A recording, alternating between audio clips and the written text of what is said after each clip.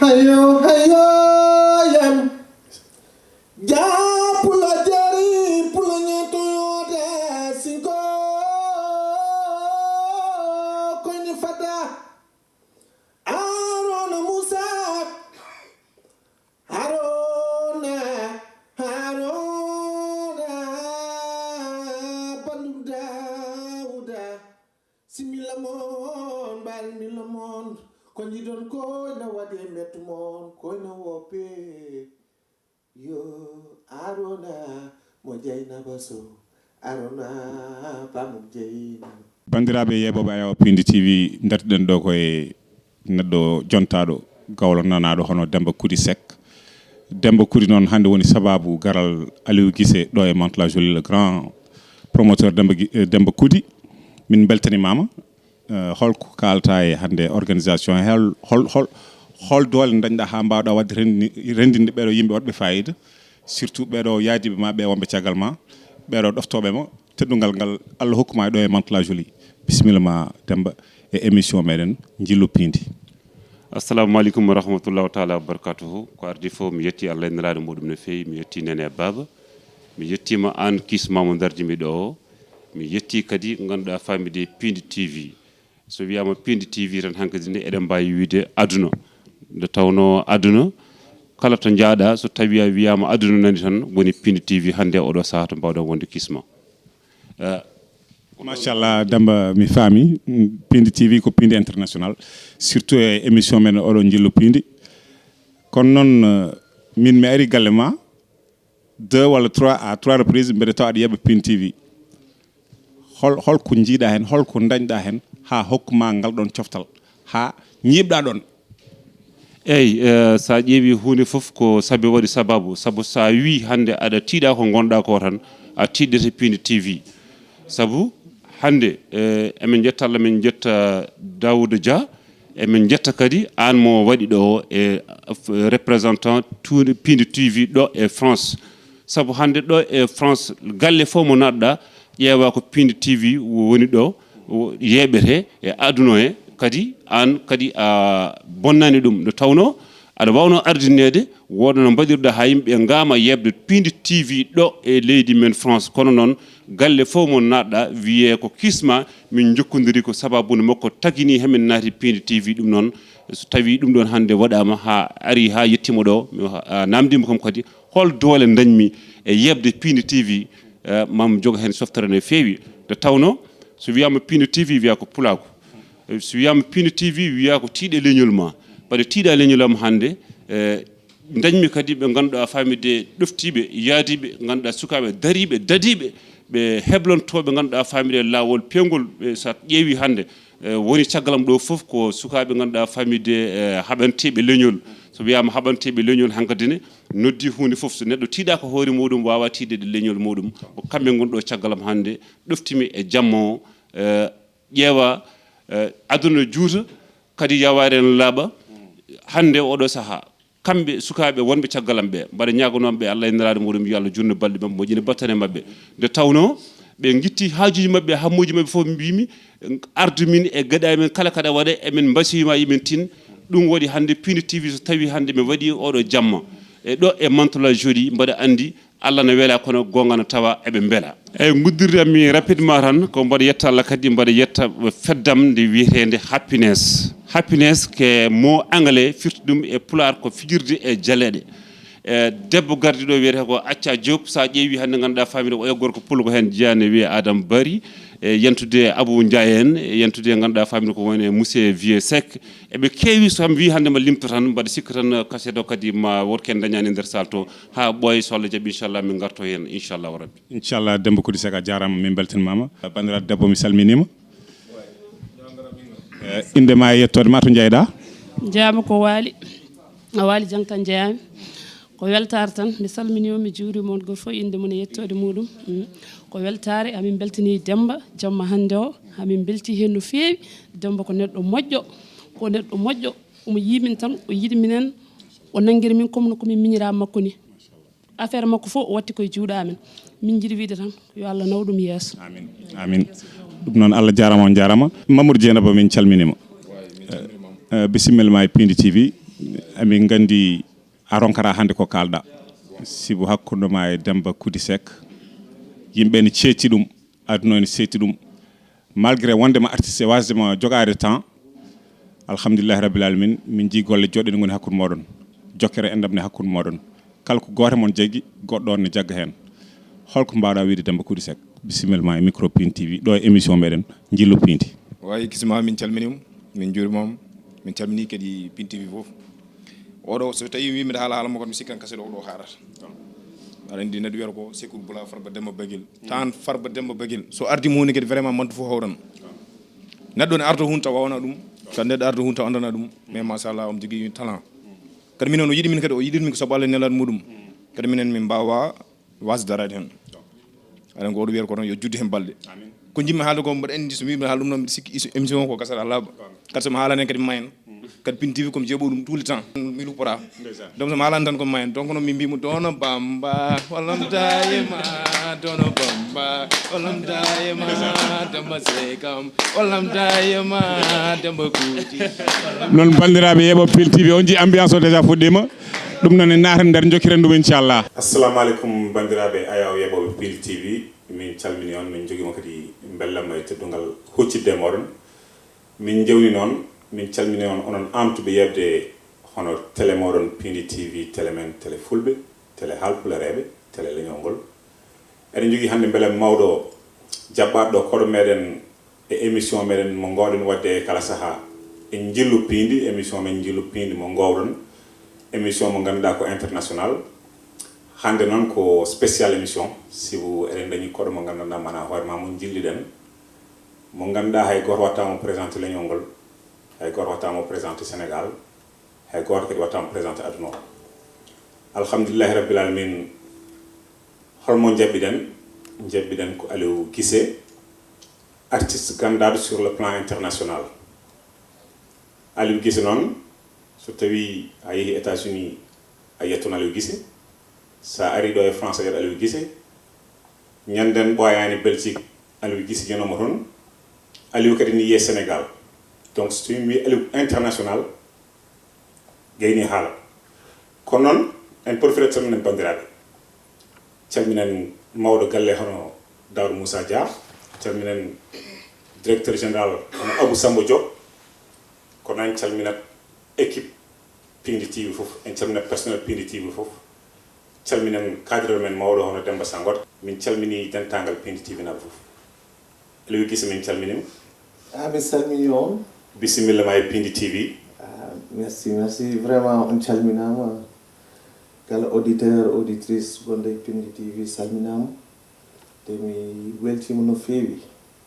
e émission mo mbaɗɗeno par ce que c'est la première fois kam min mboɗo yalte e Piindi TV je pense e kadi Piindi TV mboɗo wawi wiide tan ko gallam par ce que kala ko jeeya e la famille Dia inchallah mami dañ amour pour wadde hen participer te kadi ko hunde mo ganduɗa ko pour leñol ngol wadde noon mi salmini bandiraɓe foof mi salmini sehilaɓe foof mi salmini kala biyom mbimami e kala auditeur ou auditrice kettoɗo Piindi TV jarama Aliou Guisse Sénégal naɓe jewnima mi yewni Sénégal minen Aliou holko saabi yewende saabi yewende ko aɗa andi minen komin dannotoɓe tan par ce que Sénégal emin ganda toon te kadi emin jiiɗa toon par ce que wiya ko neɗɗo ko bandum wiya ko kadi hade goto haalde moƴƴere ma walla ko wone ma ko yo taw bandiraɓe ma tini yo taw bandiraɓe ma jettima kadi te mi weltima e ko gonmi nalanke haalpulaar o par ce que ala fof ko nimsitmi hen sabu leñol ngol ko teddungal tan woni hen te ngal teddungal min Aliou Guisse je le sens très bien par ce que hayso neɗɗo ala ko hokkuma wiyatma ko jokku golle ko mbatta ko naati bernde ene weeli min donc encouragement ko hunde mo ganduɗa kadi ena hokka jomum énergie ha wawa dañde courage pour ɓeeɗo énergie mo joguino pour wadde créer kala ko fate e leñol ngol e culture amen donc mi weltima. Merci min nani haalama Aliou kono noon Aliou min wonko won question, je me pose souvent une question mbeɗa namdo hooram hol sirlum Aliou jogui walla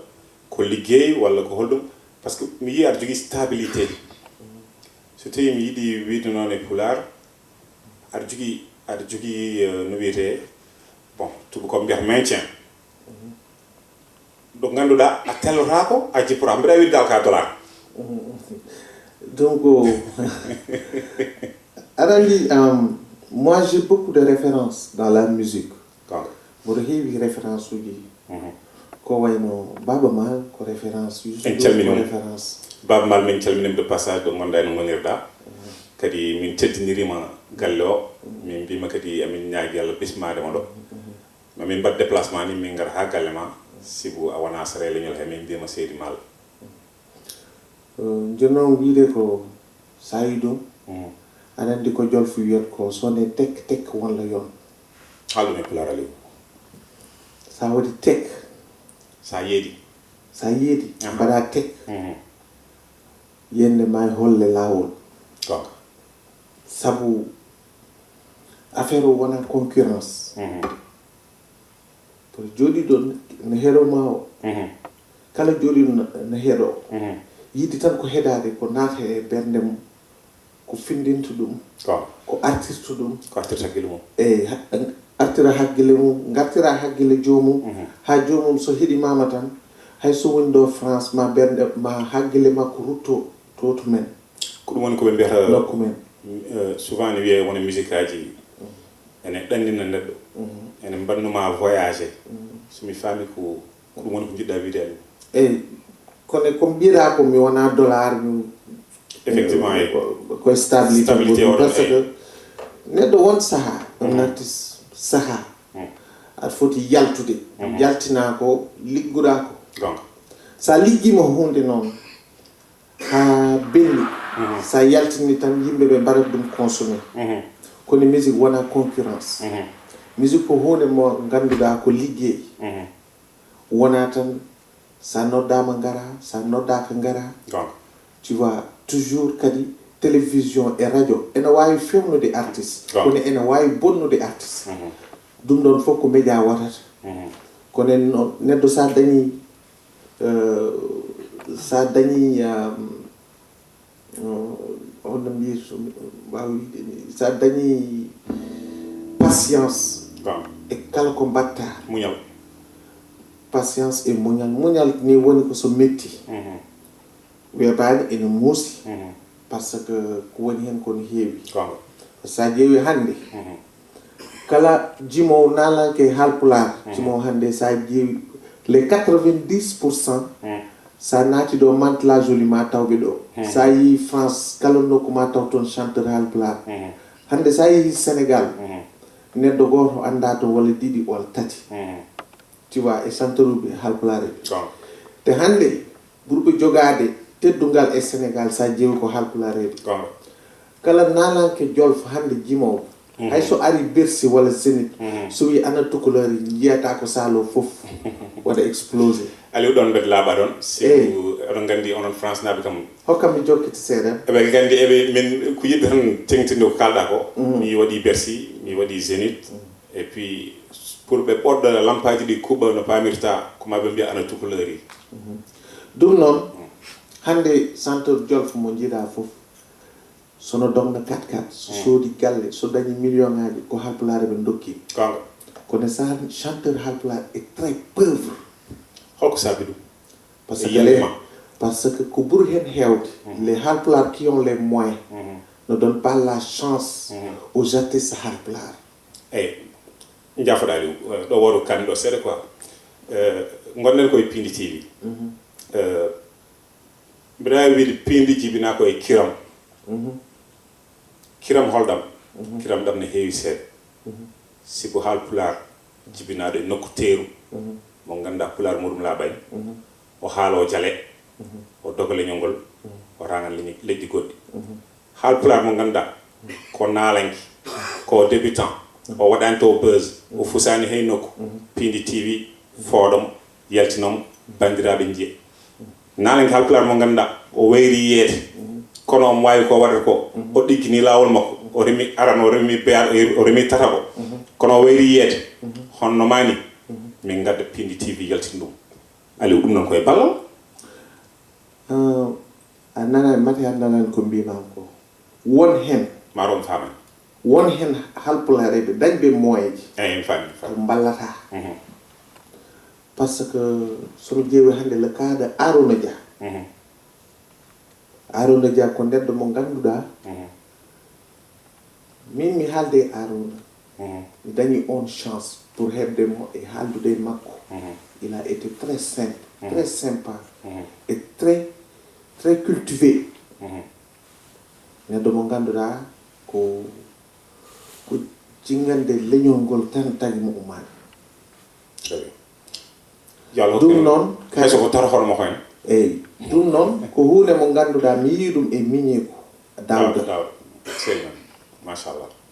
mati han nanani ko kalanmami ko par ce que j'ai pas dit tous les halpulaar mbimi won hen halpulareɓe andi so ñebbe keewi waɗa pirɗe so maaro heewi waɗa tanne eyyi donc c'est normal somi wi won hen halpulareɓe dañi moyeji kono dokkani chance les jeunes halpulaar kono ko wayno Arouna Dia Arouna Dia min won ko wanmi kam il m'a beaucoup aidé et sa yi mbimami won hen halpulareɓe par ce que wona halpulareɓe fof ko wayno Arouna Dia ko neɗɗo mo ngannduɗa ko jallo leñol ko jinganowo leñol ko neɗɗo mo ngannduɗa vraiment sinno ko sago mum halpulareɓe wonna devant wona politicien wona goɗɗum anda ɗum ni kone ko neɗɗo mo ngannduɗo ko joom martaba Allah hokkimo kono omo waɗa kala ko wawi hen ɗum noon en ngala en mbawa so wona yettude caggal Allah e nelaɗo mum par ce que min e hooram wonko waɗni kam e mini ko kadi Daouda je sais comment ils sont cette famille ko famille mo ngannduɗa sinno ko sago mabɓe Fouta e Pulaagu e halpulareɓe fof ɓamtata machallah donc so yimɓe fof hewɓe so mbayino noon hannde wonani wayata hal chanteur uji halpulaar dogata paye waalo fenndo walla ɓe paye Amérique ou Canada kamɓe fof maɓe jooɗo ɓe liggo donc sa yi hewɓe ne jaltani jaaha par ce que il veut devenir quelqu'un il veut avoir les moyens parce que moi tous mes productions que je fais je les fais avec mes propres moyens d'accord je les fais avec mes propres moyens avec l'aide peut-être de certains aussi ko wayno Arouna Dia ko wayno madame Ba Dieynaba Ba madame Dem Ami Dieng j'ai des gens mo ngannduɗa ils sont à côté de moi et Amadou Fall alhamdulillah rabbil alamin donc Aliou machallah ka joom yimɓe sa wiyade limtuɓe kamɓe fof eɗen mbawi walde ɗo donc en ñagoto Allah noon hono ɓe limtuɗa ɓe yo Allah heppinɓe leñol ngol ɓe mbawa jakkande nalankoɓe leñol ngol si waɗen gandi en mbawa dañde culture ha ɓuura Pulaagu somi sahi min mbiyami ko kala pullo ene jogui aare nder ƴiƴam muɗum kala pullo wonko wawi wadde eyyi kala pullo wonko wawi wadde ça c'est vrai kala nalanke wonko wawi wadde par ce que nalankagal koye ɓernde woni donc vraiment min beltima min weltima trop e ko mbaɗa te inchallah mamin jaa Sénégal inchallah après ce ɗum ɗo Paris on a beaucoup de projets et puis on va réaliser ça avec même d'autres avec des Américains qui vont venir avec nous au Sénégal avec d'autres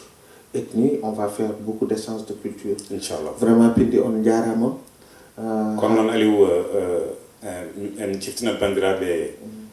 Piindi TV waɗi lancé radio muɗum officiel radio Piindi ko radio FM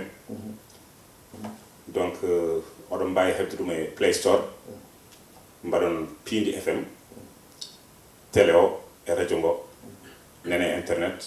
so tawi on kiɓi ɗum hankkadi noon leñolngol kam en wayno on ceerte yewede Aliou hokkaɗen dande siko ko ɗum min gandirma dande en goppata concert o fuɗɗo ala kono min nen hayo hayo hayo yam Japula jari pula nyatoyote sinko kwenye fata Arona Musa Arona Bandu Dauda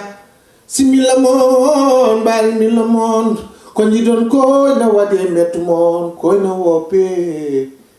Yo Arona Mojaina Baso Arona Pamujina on jarama inchallah on se donne rendez-vous parce que Guisse laji ben dari bandiraɓe saha dabbo seeɗa yimɓe min gakkira min goddirtama ngal yimɓe naata e salo jon ko wedda avec Aliou Guisse bandiraɓe yeɓanno ɓayaw Piindi TV dokkodiren rendez-vous ɗo e saha dabbo inchallah avec le grand promoteur Demba Kouti Seck inchallah à tout à l'heure